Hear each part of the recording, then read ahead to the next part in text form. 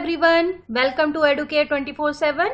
So this is lecture 12th of Financial Awareness series, and this series is very important for both examinations like RBI Grade B and SEBI Grade A 2020. In this lecture, we will cover very important news which is related to the financial activity of Indian economy, that is India's foreign exchange reserves, which has crossed $500 billion. Guys, this is the first time which has happened in the history in our country. It has crossed $500 billion for the first time. So in this session we will cover all the aspects related to this topic. Educare 24/7 has launched crash course for SEBI Grade A 2020 examination. In this crash course, we are covering whole syllabus of paper 2 and GS of paper 1. We will be providing notes, topic wise, MCQs and videos. Our content, if we talk about this content, which are very crisp and concise and very much related to your examination. There is golden opportunity for all of you guys. Currently we are running discount of ₹1500 on this course. You can use code SEBI to get this discount. For that you have to visit our website, that is educare247.com, and subscribe to this course. So let's start with the concept of this foreign exchange reserves. Before entering into the current scenario related to these reserves, we need to understand what do you mean by these reserves and how it is required in any country. So India's central bank, which has always maintained this reserve with the view to maintain the balance of payment in a financial year. So this reserve, which includes all the components like foreign currency assets, SDR, gold and reserve tranche, which always used to maintain by the central authority of any country to run the balance of payment. So on the 5th June of 2020, the data published by RBI, reserve presently has maintained with the $500 plus billion. So this is the first time ever in the country's history. So we need to understand all the aspects related to this activity, because in the today's globalization era, we used to maintain the economic activity with the rest of the world, so that we would able to maintain our strong financial position in the international market. Why? One more reason behind it, why it is very highlighted in the newspapers, because in this pandemic situation which we all are facing today is COVID-19. So this is the biggest achievement of the developing countries, especially for our context. Hence it is very in the limelight. So we need to understand how it has been dealt in the country. One more information is there, factual information is there. It has surpassed South Korea and Russia, which has the third biggest holder of forex reserves, only behind the Japan and China. So it is also one of the biggest achievement for Indian economy. So now we should understand the first component of this reserve. First we have the foreign currency assets. Assets means the value of something, whether it is related to things or human beings. Asset which always maintain its own value. It includes like cash, the foreign currency assets, the treasury bonds, so that it would carry a very valuable we can say the thing for the nation economy. Second component we have gold, which around $32.35 billion. In the above foreign currency assets approx $463.63. We can understand by reviewing, by watching these numericals data, the foreign currency assets hold the most important position in all the composition of this foreign exchange reserve. Third is special drawing rights, that is around $. And last is reserve tranche, that is around US dollar 4.278 billion. One more very important information related to this reserve, it is also be there for for influencing the foreign exchange rate of its currency. As we know, for maintaining the economic activity with the rest of the world in the mode of the import and export of goods and services, we need the exchange rate for foreign currency, because that for maintaining the trade activity with another country, we need the foreign currency on which the transaction would be held. So this is also be maintained by the authority. The Economic Survey of India, as we look at the 2014-15 survey, it already set the target of foreign exchange reserve, which has to be between around US dollar 750 billion to US dollar 1 trillion. So hence it is the biggest achievement for the Indian economy. Next, we look at the first component, that is foreign currency asset. I told you in the previous slide, but here just take a glance. Like, these are the assets which are maintained in major currencies like US dollar, Europe euro, UK pound sterling, Japanese yen, and China's yuan. So these are the 5 major currencies which are maintained by the RBI in this foreign currency assets.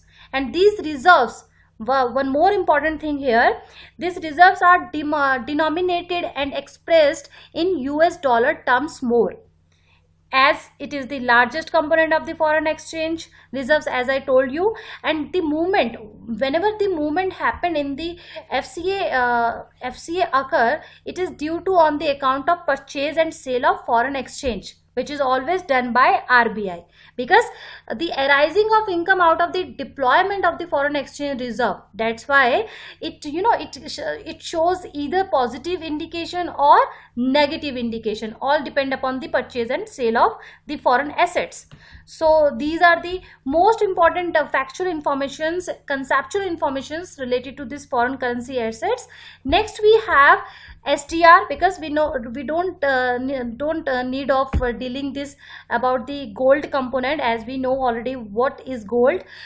That's why we have to understand what exactly this SDR. See, basically it is an international reserve assets which is created by IMF in 1969. IMF is one of the most important institution at the international level which maintains the international activity, economic activity in terms of export and import. So the major function of IMF, that is International Monetary Fund, to create balance among all the nations while maintaining their balance of payment. If something happened, if something crisis has arisen out of this balance of payment, then definitely it would help out its member countries in the form of funding, in the form of allocation of loan. So from the very initially time, as we observe, this institution has set up in 1944 in Washington DC. Presently around 189 member countries are members of this institution.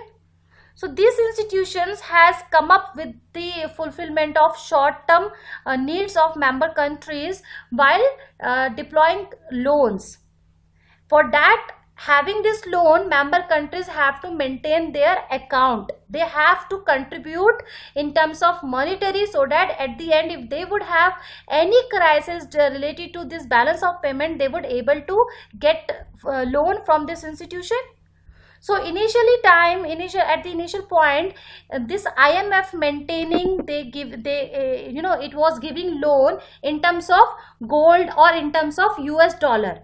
But later on, few other currencies have come up, but they became popularized among all the nations while doing this activity.